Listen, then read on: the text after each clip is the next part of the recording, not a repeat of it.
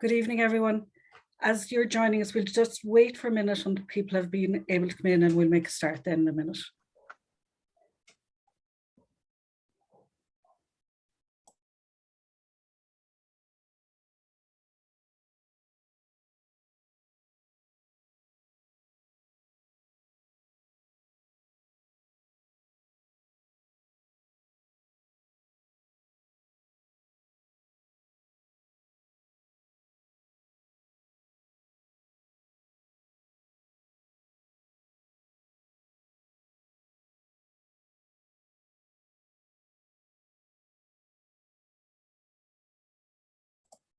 There's still people joining us there, so we'll just give it another minute or so to give everyone a chance to come in.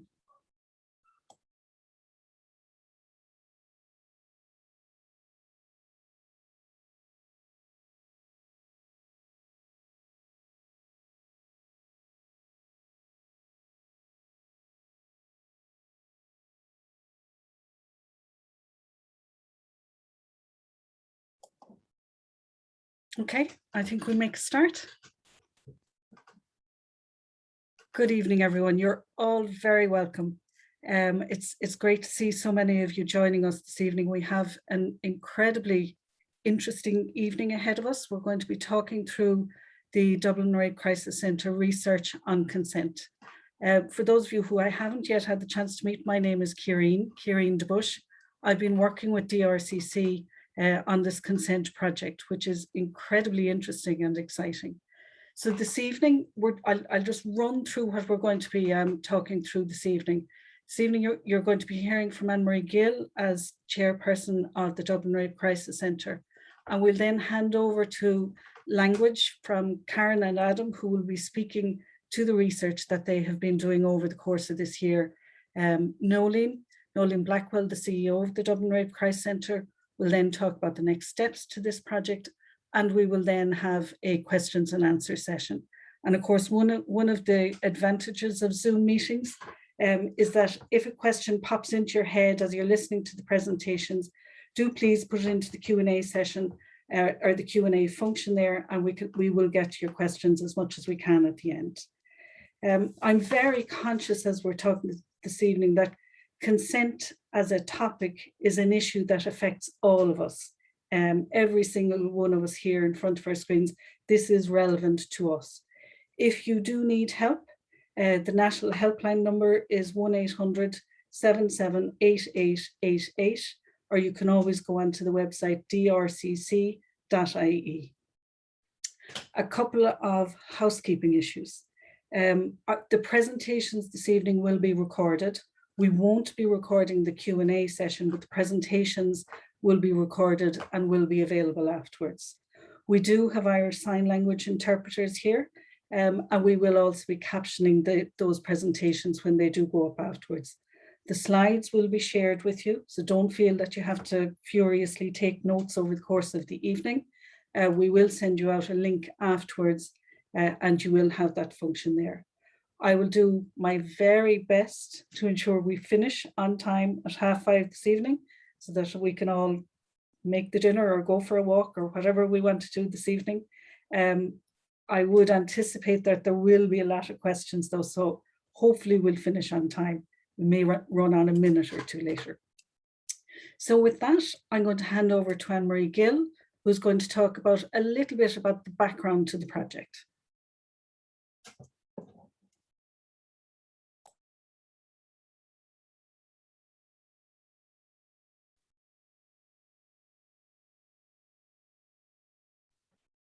Thank you very much, Ciairín. Apologies there for the delay in just responding to you. First of all, I want to welcome everybody to this webinar, this convening, which is launching a study commissioned by the Dublin Rape Crisis Centre and the 24-hour helpline, and recently completed into attitudes to sexual consent in Ireland.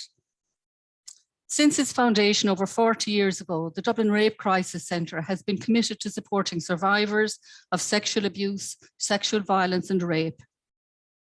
In the past decade, however, we've seen the numbers seeking help increase year on year, and almost exponentially in recent years. And given that only around 20% of survivors report the crimes or come forward for help, the numbers that we are dealing with, we know, is only the tip of the iceberg. Survivors more recently are bravely coming forward and sharing their horrific experiences and the trauma that they're experiencing in life and raising public awareness.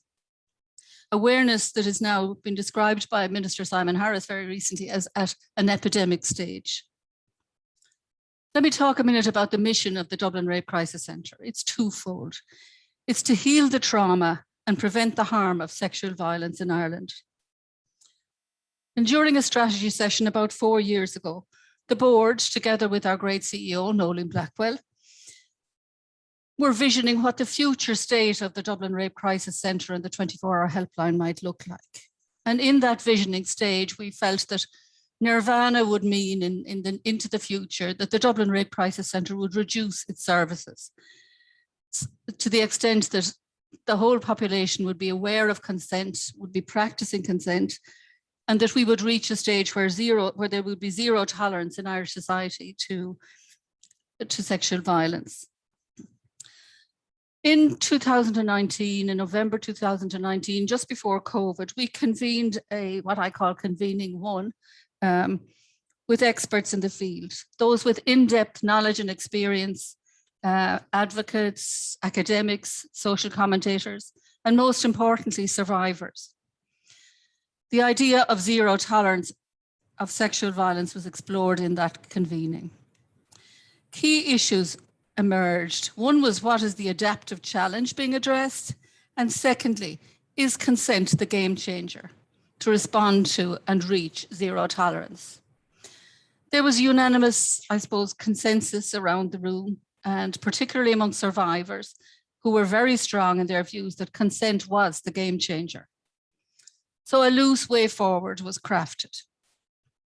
If we look at behavioural changes that have occurred in Ireland in the past, it has been possible to do so. So for example, if we look at wearing seatbelts, 30 years ago, people weren't as aware or as convinced that wearing seatbelts was going to save lives. The no smoking campaign was very successful. The drink driving equally was successful. So what is it that we need to do in order to have zero tolerance for sexual violence in our society? In order to make a strategy, an organisation needs to know where it is now. So what's the starting point? And we said, well, we need data to look at where we are now. What are the current attitudes and behaviours in Ireland? But we felt that there was nothing recent. The data that was there was aged. The Savvy report was over 20 years old. The European survey in 2016 was quite dated. And while COVID slowed the process somewhat, the DRCC in the meantime engaged the expertise of Adam May and Karen Hand from Language, who are noted for their successful campaigns relative to marriage equality and repeal the eighth, to come up with a national analysis, both quantitative and qualitative, on attitudes and behaviours in the area of consent and sexual activity in Ireland. And we're very fortunate we have Adam and Karen here today who'll share the research with you. This is a campaign. This is going to take some time. And our plan, DRCC's plan, is to create a collaborative approach towards creating a national movement, a national conversation on zero tolerance, working with and through survivors, particularly communities, individuals, and across the country, engaging with groups and individuals, and hopefully working with all of you, and that's why you've been invited here today, to create a society where consent in sexual activity is the norm, and where sexual violence is not tolerated and is eliminated. Noeline will later talk to you about the way forward. But before I hand you back over to Ciairín, I just want to thank very much the committed and dedicated, outstanding team here in DRCC, who have led by our zealous CEO, Noeline Blackwell, who have driven the campaign as far as we've got and will take it into the future. I also want to thank our fellow board members for their wisdom and foresight in beginning to put this seriously back on the agenda. And I'd particularly like to single out John Fanning and Philip Hyland for sharing their expertise and wisdom as we journeyed through the process to date. Also thank the fundraisers who have supported us. So Ciairín, I'm going to hand back to you, please. Thanks very much, Anne-Marie. And that was really great to set, I suppose, the scene for where the campaign and the project have been coming from. And in Ireland, we, in the past, have tended to campaign because we know something is right, whereas now we know if we have the data, we can prove where we're going with something. And it's great to have this benchmark in terms of the research that you're about to see. I've had the benefit of seeing these presentations earlier on, and I don't think there's any slide that there isn't fascinating data and insights on them. So with that, I'm going to hand over to Adam and to Karen. Thanks, Ciairín. And thanks, Anne-Marie, for that introduction. As you mentioned, this project really started in 2019 at the convening, which was an open forum on the subject of consent, which I'm sure many of you attended. And we had the great privilege to meet each other and to share ideas and to set in motion what we are getting to see today. Noeline introduced the idea of us being at a moment and that we could convert this moment into a movement and that it may lead to a national conversation on consent. And this very much, I think, is aligned with the philosophy of research that both myself and Karen use to really understand what the public voice is on an area of life that's both very, very personal, intimate, but that also has that legacy of being confused and contested.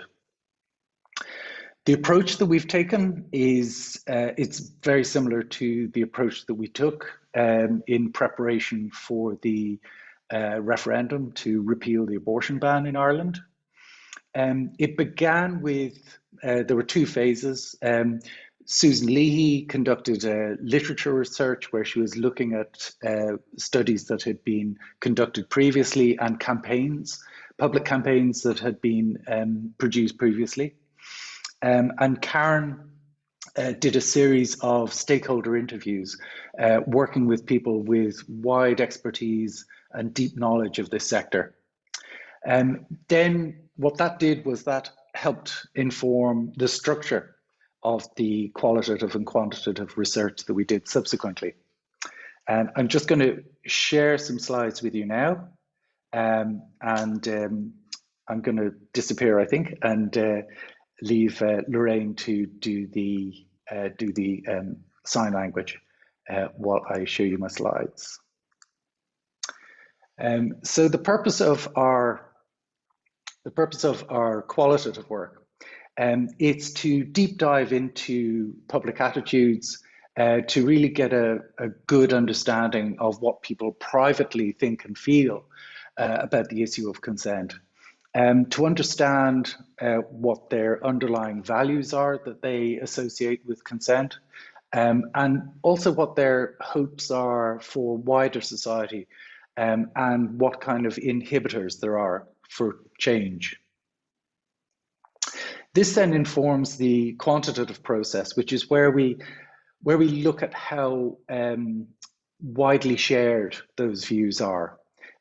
So what we're looking for in the context of a campaign is we're looking to see the scale of support that such a campaign might have, and where public knowledge is currently, and where their understanding is of issues related to consent. The piece of research that the literature review that Susan Leahy did and the interviews that Karen conducted gave us a structure for our research. And we focused on three core principles for consent through the qualitative and quantitative work. And those are individual agency, so the ability to be able to control the situation and have power over the situation. Mutual respect between partners in any given situation, and a shared willingness on the part of each of the individuals involved. And then regarding the practice of consent, what we did was we broke that down into 4 parts, again, to structure our research. So knowing what you want in the first place, so understanding your sexual likes and dislikes, sharing what you want. So this is communicating and listening, understanding what your partner's sexual likes and dislikes are. Then experiencing what you want, so doing the thing you like and finding out what else you like. And lastly, changing what you want. So being able at any point, before, during, and after, to decide that actually I like something else or I don't like that, and having that sense of permission, both for yourself and for the people who you are involved with, that you are free to change your mind, and that is an equal necessary part of the consent process. So what I'll do now is I'll hand over to Karen, who will take you through the qualitative research that she conducted, and then we will look at the quantitative side of things. So over to you, Karen. I'll just unmute myself there. Can people see my screen there? Hopefully you can, and you can hear me as well. So yes, just wanted to talk you through a bit of a whistle-stop tour of the qualitative work. We did work with the public, as Adam said there, and it was very important for us to try and get to a wide band of people. So we spoke to 18 to 70-year-olds. We spoke to male and female, urban and rural, and different socio-demographic classes. And it was very important within that people knew the purpose of the research, and we phrased this in its positive sense. What is it we all want to see in sexual relationships of all types and colors for all of us? We also gave people an alert that if they had any problems, as we have done earlier, the right helplines and people that they could contact. So just in terms of the legal definition of consent, we'll be glad to know the public are very supportive of this. And we shared with them the 2017 definition, which is a person consents to a sexual act if he or she freely and voluntarily agrees to participate in that act. People were very much in favor, and they believe it's very good to focus on freely and voluntarily. They do feel it should focus on the overall sexual encounter as well as specific acts. And they believe it should be continuous, consensual. As one young man said, when you are in the bedroom, just because you have started, it doesn't mean you have the right to finish. So just moving on, however, the language of consent for people is mainly understood in the context of absence of consent. So for people, they almost go into this territory of, ooh, possible rapes or crimes. And as one legal stakeholder said to us, consent is cultural shorthand for rape. This means that people, when they discuss it, can almost go into this role of a courtroom drama, see themselves as a juror trying to arbitrate over whether consent happened to 2 other people, rather than participants in their own sexual relationships. And as jurors, they can struggle with the burden of proof required to demonstrate lack of consent. They have massive sympathy for authentic victims, but they have some concern and hesitation for falsely accused perpetrators as well. And apart from the legal context, in real terms, there is a concern that in our own real sexual encounters, consent can be distorted through ignorance, arrogance, delusion, coercion, control, intoxication. As one stakeholder said, verbal and non-verbal acquiescence needs to be understood in the round, not just as a kind of a thumbs up, thumbs down. There is a sense from experienced adults and stakeholders that consent should be continual, experiential, mutually agreed, and mutually agreeable. But as one stakeholder said, consent is not black and white. In reality, it's complicated and requires massive skill, self-knowledge, and the ability to manage boundaries. We also need to be conscious of specific cultural norms and practices, which we discussed with 16 stakeholder groups as part of this process. So when we went into looking at the research, we decided it was very important to look at the encounter through a systems lens, where the encounter itself is at the center and the two people bring their own expectations and past experiences to that. But beyond that, there is the relational dynamics between them, the social context each of them operates in, the cultural context we all operate in, and the role of civil society, which many of you play, and the state. So let's just look at the encounter first. As we know, every sexual encounter is unique, and as a result, it needs to be navigated, negotiated, and improvised. As one stakeholder said, sex is the most natural thing in the world, but it never happens naturally. And what you have is people learning through trial and error from encounters with different or the same people.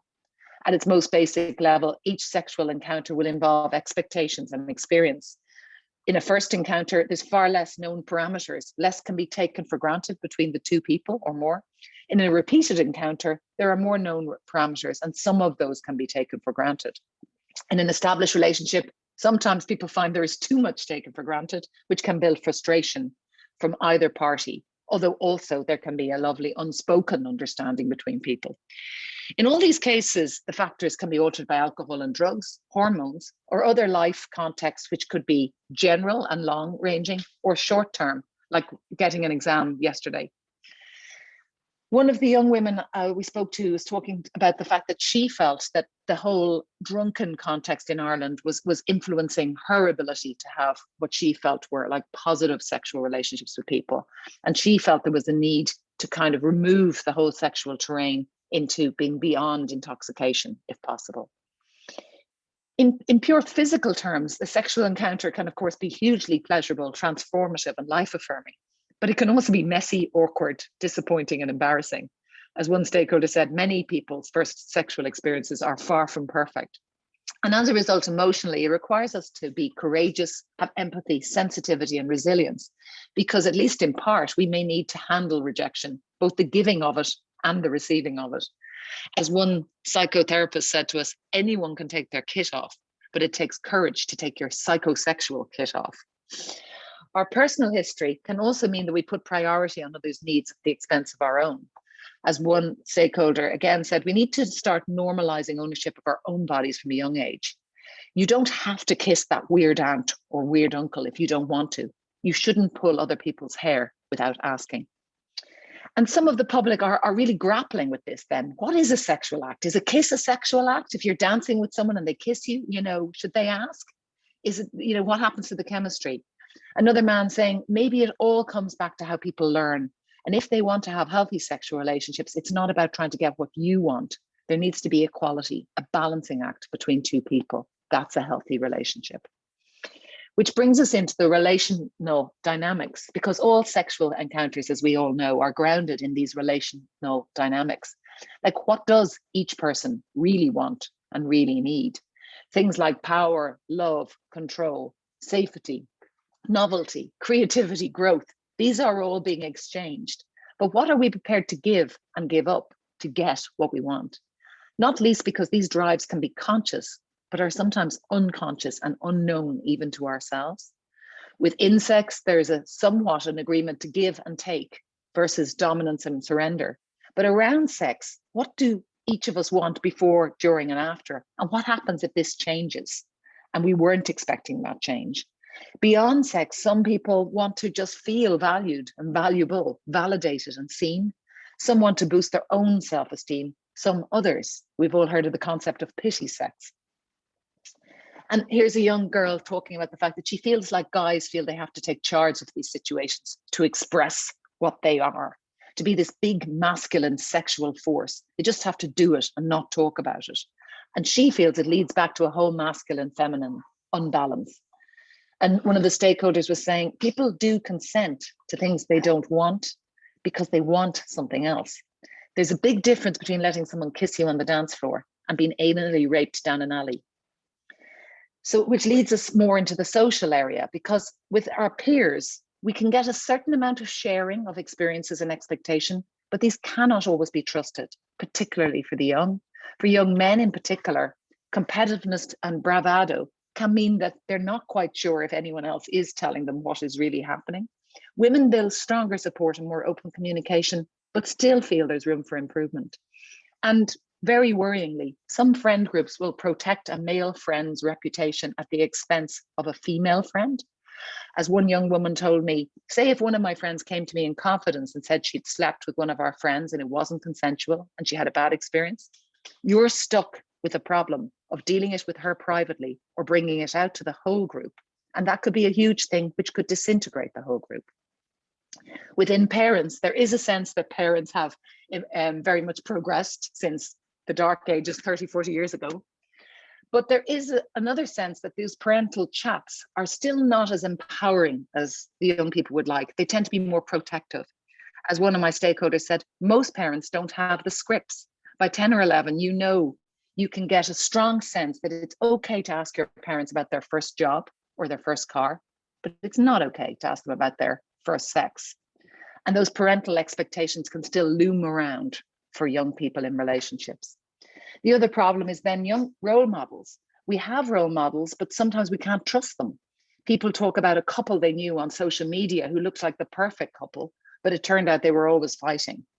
People then, in the absence of role models they can trust, are looking for media, novels, film, reality TV, and pornography, all of whom set up a variety of expectations. Again, we're not sure which to trust. And then we have this experience with people from other cultures, where people talk about meeting people from Spain or America and Holland, and having their eyes opened to this much more open, discursive culture around sex. And in the absence of trustworthy reference points from peers, parents, or role models, we end up with social scripts which frame our expectations within sexual encounters. Things about the expert male and the novice female. Even if she is not novice, she needs to seem novice. The active male and the passive female. The female who's either a virgin or a whore. The man who's either a player or a wimp. And all of these things create expectations that we cannot always live up to, or we do not always want to live up to, not least rape involving violent strangers, whereas it may also involve people we know. Here's a young woman saying, I had an encounter before and it was normal. And then the guy did something that hurt me and was kind of strange. And I said, why did you do that? It's weird. And he was like, oh, I see it in porn all the time. I thought you'd love it. One of the stakeholders saying, there is a view that if you're a young man and you're sexually active, you don't respect girls. If you're a young woman and you're sexually active, you don't respect yourself. So culturally, we believe, the public believes, that there is a highly outdated approach to sexual education. There's just basic biology, a little bit of religion, a tiny bit of civics, and ad hoc programs for students and parents during school years. And this is somewhat patched up by progressive civil society initiatives, but these approaches are not mandatory, they're not universally available or applied. One of you stakeholders said to me, we've been lobbying government for a change in the curriculum. The teachers want to teach students about these topics, but they're embarrassed and they don't know how to approach it. And in the absence of this sustained universal sexual education, people are taking their norms from media, sensational news, and online pornography. It's not all bad. There are some more realistic dramas and government campaigns, but the balance isn't right in terms of having that universal consensus around what it is we all accept. One older man saying, as a public, we have become more comfortable discussing what we have versus 30 years ago. There's not the same shame behind sex and all that facets. But a stakeholder saying in his workshops, we discuss pornographies as a fantasy. In the real world, every time someone delivers you a pizza, they don't stay around for a shag. Which leads us to civil society and a great sense from the public that the work of crisis response groups, helplines, clinics, refugee groups, advocacies, and youth workers is massively valuable, but completely stretched and under-resourced. These valuable programs are seen as excellent, but they are not being delivered universally, and they are not across all genders and subcultures. I heard from my young men, there are still pockets of society where they had had no level of discussion or debate within school at all. And there is, however, a sense that something like Repeal the Eighth was a great example of a campaign where people stood up for each other and suddenly conversations were surfaced. Sporting organisations are seen to have an opportunity to reposition themselves from being possibly breeding grounds for toxic masculinity into being positive platforms and influences to support all genders and age groups. An older man saying, I think civil society is underfunded. I think they are the heroes. Without them, there would be an awful lot of difficulty. And another older man saying there needs to be a support system as well, which is integrated. Even if you're young or you're not, you need somebody to talk to. Who do you pick up the phone to? Which leads us to the state. There's a very strong sense from the public that universal compulsory lifelong education is needed for us all around healthy sexual experience. And this requires a paradigm shift in the role, responsibility, focus, and level of state investment. As Anne-Marie said earlier, look at how much has changed in Ireland due to sustained state investment over decades around road safety and drink driving behaviour. These days, you wouldn't dream of drinking or driving, but in our parents' day, they did. That's from Louise O'Neill. This education needs to help us understand our own bodies and sexuality and navigate relationships with others. There are some good programs in primary school. We need more at secondary, third level, and in the workplace. Youth workers, sports groups, and community groups for older women and men could also benefit. Stakeholders strongly support this. Some already have developed programs, but we need support and investment. And cultural minorities want programs that connect with their cultural beliefs and experiences. There's a massive opportunity from the public for the state to step up and join the dots across all departments. Credit is given for recent legislation and for recent campaigns, but there is a sense that education is the linchpin, and justice needs to continue to reform training judges, juries, and making the process of rape trials less traumatic for victims. The Department of Health and others also need to integrate their programs beyond sexual health and into a much broader holistic sense of psychological and emotional health for all. As one of my public said, look at the mental health. It was hidden and shameful for so long, and now we all discuss it in the open. There is a need to tackle and restrict access to porn and place restrictions and penalties on technology providers in this context.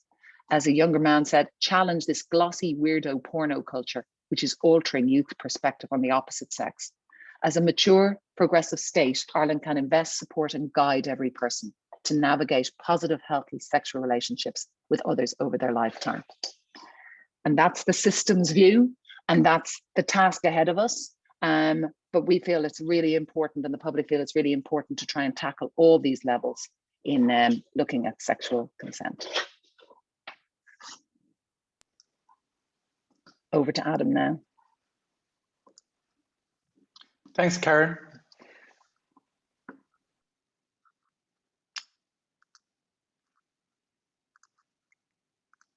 So what I'm going to do now is I'm going to take you through the quantitative poll, and a lot of this will be repeating some of what you've just heard in Karen's research, and the reason for that is what we're looking to do is see how prevalent some of these attitudes are and some of these feelings about consent. You'll see, some numbers look big, some numbers look small. They're percentages. So even if you're looking at perhaps a percentage of 30%, that is still a big number. What we're looking at here is the survey of a nationally representative sample of all adults. So it does give you a good idea of how people are thinking across the country. It was conducted September of this year, so it's very recent work. Karen's work was conducted earlier this year. So what you're seeing is initial results from this survey. And what you'll also see is that it's structured according to those points that I was making earlier around values and understanding of consent. The first thing I would say is one of the things we asked people was their level of satisfaction with their own sexual activity. And interestingly, we got 60% somewhat or very satisfied with their sexual activity in their lives. 20% were really saying neither nor, satisfied or unsatisfied. And then we got another kind of 16%, 18% saying unsatisfied. And that changes with age, as Karen was noting. But when looking at the values and principles underpinning consent, we have a massive majority of 90% who consider mutual respect, trust, and shared willingness to be very or extremely important between partners. So this gives us a good starting place for understanding where we are with regards to public support. 90% of women and 80% of men agree that everyone has the right to change their mind at any point during sex. 77% agree that sexual activity is consensual when each person has equal power to control the situation, so understanding agency. 3/4, 75%, agree that consent applies to any unwanted sexual behavior. So it's more than just sex between individuals, it includes sexual harassment as well. So it's a wider issue and people recognize that consent applies more widely. And that a better understanding of consent will help equality between women and men. When asking people how would they describe consent in Ireland, 70% say that there's a problem with sexual consent in Ireland. And there's a difference between the number of women seeing it as a problem and the number of men seeing it as a problem. 76% of women see consent as a problem in Ireland, and 63% of men see consent as a problem in Ireland. We then asked them what contributes to this problem. And the top ranking finding was related to attitudes and understanding of consent. That some people think that consent can be ignored, that no really means maybe. Then alcohol came second, seen as limiting people's ability to consent to sexual activity. People do not understand that consent can be withdrawn as well as given, so that it's almost like a ticket or a permission that can't be taken away.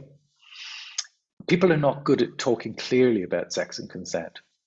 And you'll see this come up again when it comes to people's own attitudes about their own ability. People lack the confidence to pause a sexual encounter if they feel uncomfortable. Pornography and social pressure, they're both seen as things that pressurize people to go further than they're comfortable with.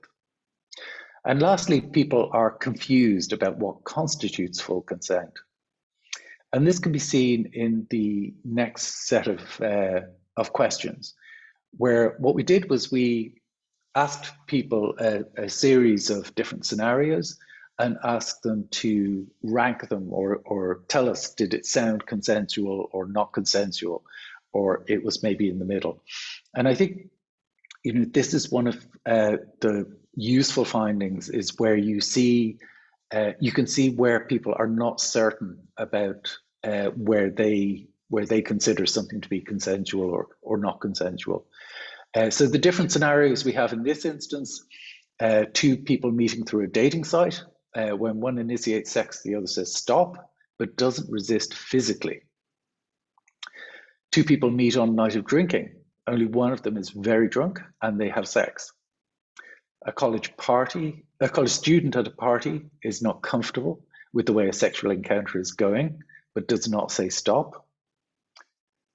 A person does not enjoy a sexual encounter, but doesn't say stop, so as not to upset the other person. A spouse no longer feels attracted to or interested in having sex, but agrees to do so anyway. Two people meet on a night of drinking. This is the same as the second one, but in this case, they are both drunk and have sex. Two people agree to have sex. One of them regrets that it happened afterwards. And here you can see how all adults aggregated together, how they ranked those, how they rated those, whether they sounded consensual or not consensual. And what we can see with that example of two people meeting on a night of drinking, there's a huge difference between only one of them being drunk and both of them being drunk. And you see that there's clear sense that a majority see it as not consensual when only one person is drunk. But then when both are drunk, you see a majority being in that gray area of may or may not be. As you saw earlier, there's often a difference between the numbers of women who have an opinion and the numbers of men who have an opinion or share an opinion. And in this case, the biggest difference with these different scenarios was between younger women and younger men, so the under 35s. And on the top, you can see, on the top of each bar of these splits, you can see the results of the under 35s women, and on the lower of the splits, you can see the younger 35s men. So you can also see where there are more exaggerated differences. So for example, on this top one, where we have the people meeting through a dating site, one person initiates sex, the other says to stop, but doesn't resist physically. So many more, such a higher percentage of younger women are clearly recognizing that this doesn't sound consensual compared to the number of younger men who recognize that it doesn't sound consensual. And you've got quite a large percentage of younger men who are saying maybe or maybe not.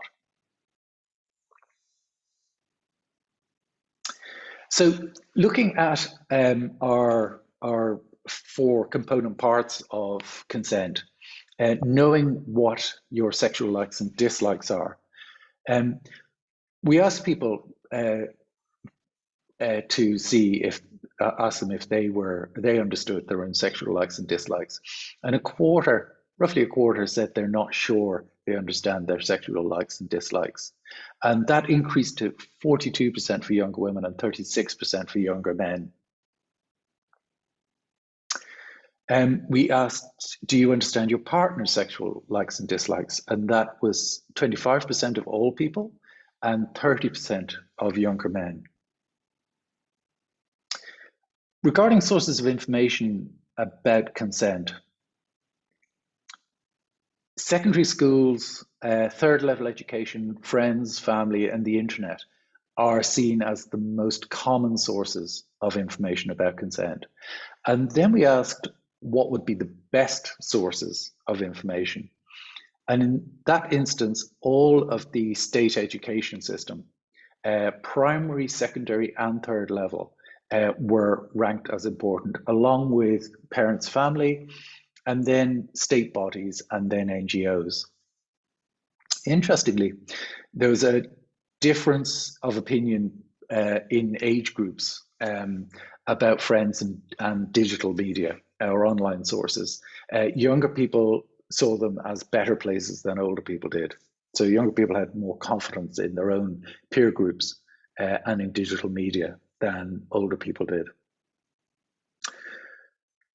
Looking at this aspect of communicating consent, so being able to say what it is or communicate what it is you like and don't like, and also listening and hearing and understanding what your partners like and don't like. 70% see verbal expression as an important and acceptable way to understand willingness to be sexual. 37% see body language as an acceptable way to understand willingness to have sex. And there were significant minorities that saw having had sex previously, flirting, or not clearly objecting as signals of willingness to be sexual. Regarding difficulties in communicating or barriers to communication, 25% agreed that talking ruins the mood, and that increases to 39% for those under 35 men. 28% of people agree that they wouldn't know how to talk about their sexual likes and dislikes with a partner, and that increases to almost 40% for younger men. 35% of people say that embarrassment would stop them talking about their sexual likes and dislikes with a partner, and that increases to 41% for both younger women and younger men. When thinking about their partner's interests and welfare, 3/4, 75%, see their own sexual experience as dependent on their partner's enjoyment, agreeing that I prefer to stop if I suspect my partner is not enjoying sex. 90% agree it's important that your partner does not feel regret afterwards. A majority of people put their partner's pleasure and lack of regret ahead of their own pleasure and lack of regret. For a minority, that's 20%, their own sexual experience is more important than their partner's lack of enjoyment, agreeing that I'd probably keep going, even if I suspect my partner is not enjoying sex. And this increases to 2 in 5 younger men. When looking to what could change, what public hopes are and ambitions are, and who they see as being responsible or central to change, 84% agree that we need age-appropriate sex education in all schools, and that's across primary, secondary, and continuing education. 60% say consent is a responsibility for all society and needs government action. And 38% of both women and men say they would sign up to a sexuality and consent course if it was available. And these were women and men of all ages, which points to the appetite for continuing education and continuing learning about sexuality and consent. We looked at the wider benefits of greater awareness and appreciation of consent. 81% agreed that talking about consent is a real opportunity for people in Ireland to have a more healthy relationship with sex and sexuality. 78% agree that a better understanding of consent would help people deal with sexual encounters they don't enjoy. And 72% agree that a better understanding of consent will help equality between women and men. Now, Tom, can I come on video there?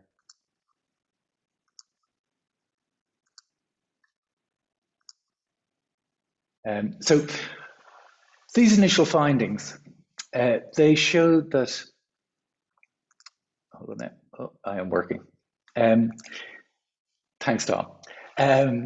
These initial findings, they show that the Irish public, they understand and share the core principles of individual agency, trust, mutual respect, and shared willingness. At the same time, this large majority of the public who share these values, they recognise that that Ireland has a problem with consent. What is relevant to the idea of a campaign is that people see consent as a responsibility for all society. And there's a particular message, I think, from this study for government that they must respond to the expectations and the needs of the public. The public do not have confidence in the criminal justice system. 68% agree that the way the legal system deals with sexual assault discourages people from reporting assaults. And that's 77% of women. This means structural and cultural transformation is required. So the public know that the law and the authorities are on our side when things go wrong. The public see the state education system, that's primary, secondary, third level, and continuing, as having a central role to deliver age-appropriate sexuality and consent education for people of all ages. Again, for the campaign, people see the wider benefits, both personally and for society, that Ireland can have a more healthy relationship with sex and sexuality, that people can be better equipped to deal with sex they don't enjoy. People see equality and consent as interconnected, that increased equality improves consent and greater awareness of consent improves equality. When Karen and myself started on our work for the referendum to repeal the abortion ban, that was 2 years ahead of the referendum. And it was in preparation for an adversarial campaign where there was an entrenched and organised opposition. while we can see there's a minority of people who hold views that are incompatible with consent, our main challenge, I think, takes the form of inertia, or doing what we've always done. And these, I think, both the qualitative work and the quantitative findings, we can see there's an appetite and an opportunity for people to break habits, to stop doing what we always do, to join the conversation. And I think that's at a national level, at a friendship level, and then at an intimate level, and start exploring what we want to do together.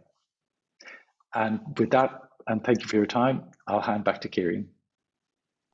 Thanks very much, Adam.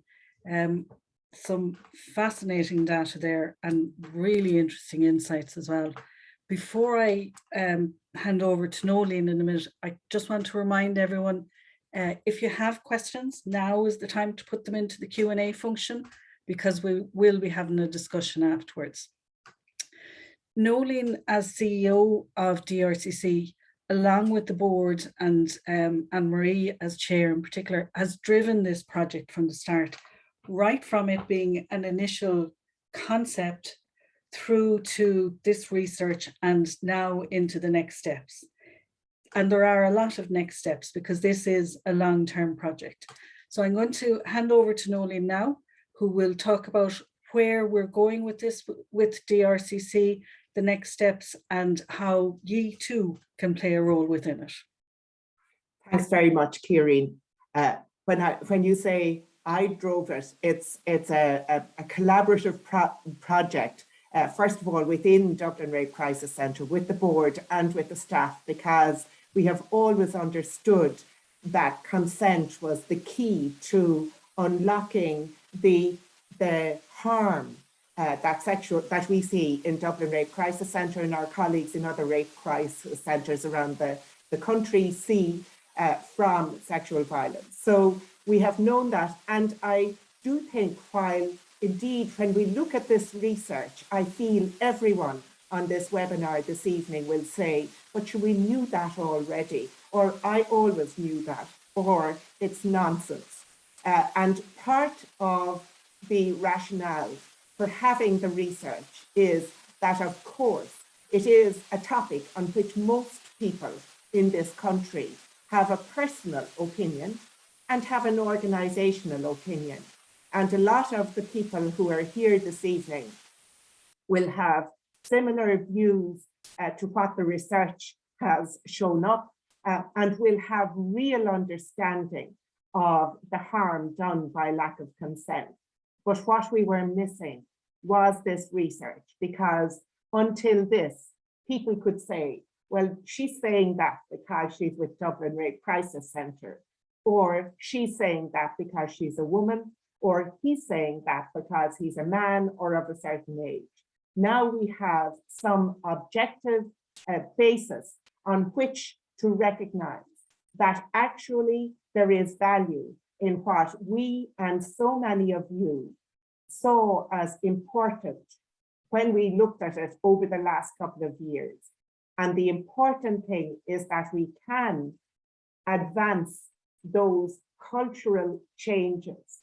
We can examine those structural barriers to equality, to healthy relationships, and to a safer, saner society through the consent project that this was the first step on, and that we are now taking to another stage. I also recognize that it is something that is important, and that we have to try and work in a very collaborative way with so many others. But we're not starting from nowhere. Because we're not starting, as Adam said, it's not as if there is entrenched hostility in the majority of our population. At all levels, at our leadership level, our state programme for government identifies sexual and domestic violence as an epidemic, which needs to be addressed in the way you address epidemics, through prevention, through healing, and through ensuring that those who pass on the epidemic are held accountable. So all of that is happening at that level. At the same time, in a review of how this justice system that is seen as hostile, in a review of that, our Minister for Justice and Department recognized that building a culture of consent was an absolute essential pillar of dealing with the criminal part of sexual violence. We're hoping that we won't be focusing in on the law, but we will be focusing in on people's understanding, because the research also shows us that people understand the principles and the values of consensual sexual activity. They understand that respect for other people in this area is a very important attitude in our society, and they recognize that it's not at the level it should be. So all of those things, all of those questions that people are asking are important, an important good basis. We have a lot going for us, and people are speaking out. Certainly, young people have a lot. There's a lot of work to be done to give them the language that they need. But nonetheless, equally, we are coming across young people the whole time. Particularly, you will have to say young women who are determined that we will not go back into a place where sexual inequality, where abuse of power is denying them the right to be treated as equals in this area. So we have the good principles. The behavior and attitudes is what's going to need the conversation. So we, working with others, would hope to provide tools to assist that conversation, so that if we do this survey again in a year or two, that the numbers of people who are embarrassed to talk about it, who don't talk about sexual consent, who don't understand it, that those numbers are reduced. We recognize this is a process, that it is not a question of doing a training course or an awareness raising day. This is going to be a continuous process. And to that extent, Dublin Rape Crisis Centre is committed to investing time and resources in this project over the coming years. Very shortly, we will be putting up the first recruitment advertisement for a campaign manager for this consent project. After that, we would hope to engage very efficiently and strongly with survivors of sexual violence, not just to hear their stories. They are experts by experience, and we recognize that. But we believe that we can support better the campaign aims of so many survivors, and we can support what they know as such experts will actually help to build conversations, will help to build changes in mindset. Because if we can build those changes in mindset, if we can work towards a society which does not tolerate sexual violence or coercion, where we have a shared understanding of consent, then we will be coming to a point of real importance and advanced inequality in our society. We don't need to change the law. We do need to have conversations everywhere. We do need to work with so many of you on this webinar. We do need to recognize that other people are doing excellent work already, and we don't need to repeat that, but maybe we can link in with that work where it's happening, and a particular respect to all those who are working with third level and schools in places to build up this better understanding. But we want to broaden the scripts. Karen spoke about the scripts, the ways in which people think about this. We need to have many more scripts. So in terms of our work into the future, we also hope to partner with those who are working already. With the state, we would hope to enhance or support the work that the state is doing in this area. As I say, the Department of Justice has its already has its campaign on. We will be hoping that this research will be of benefit to them and that we will be able to do some work that they're not able to do. We have almost all the ideas we need at this stage to move it forward.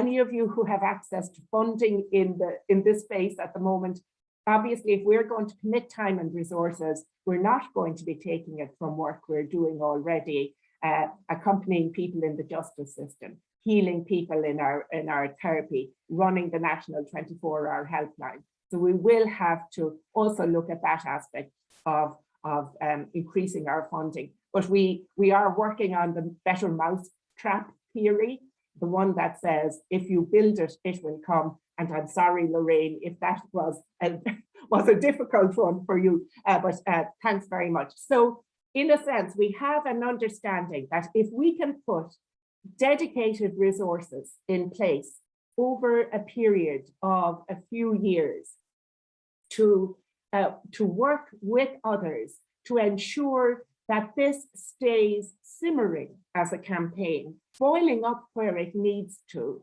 where we take on the project of changing mindsets, of building tools that will allow people in their own way to talk respectfully and non-defensively about what consent means for themselves, for their children, for their friends. If we can have situations where, as our society, we know, we can nearly recognize without having to call it that this is consensual sexual activity, then we will have built a safer, healthier, happier society, and we will have advanced equality and human rights in our society generally. And that, we believe, is worth the candle. So, Ciairín, I'll hand back to you with that. Thank you. Thanks, William, Noeline. The questions are pouring in now after initial pause where I was beginning to think, oh, we'll have no questions.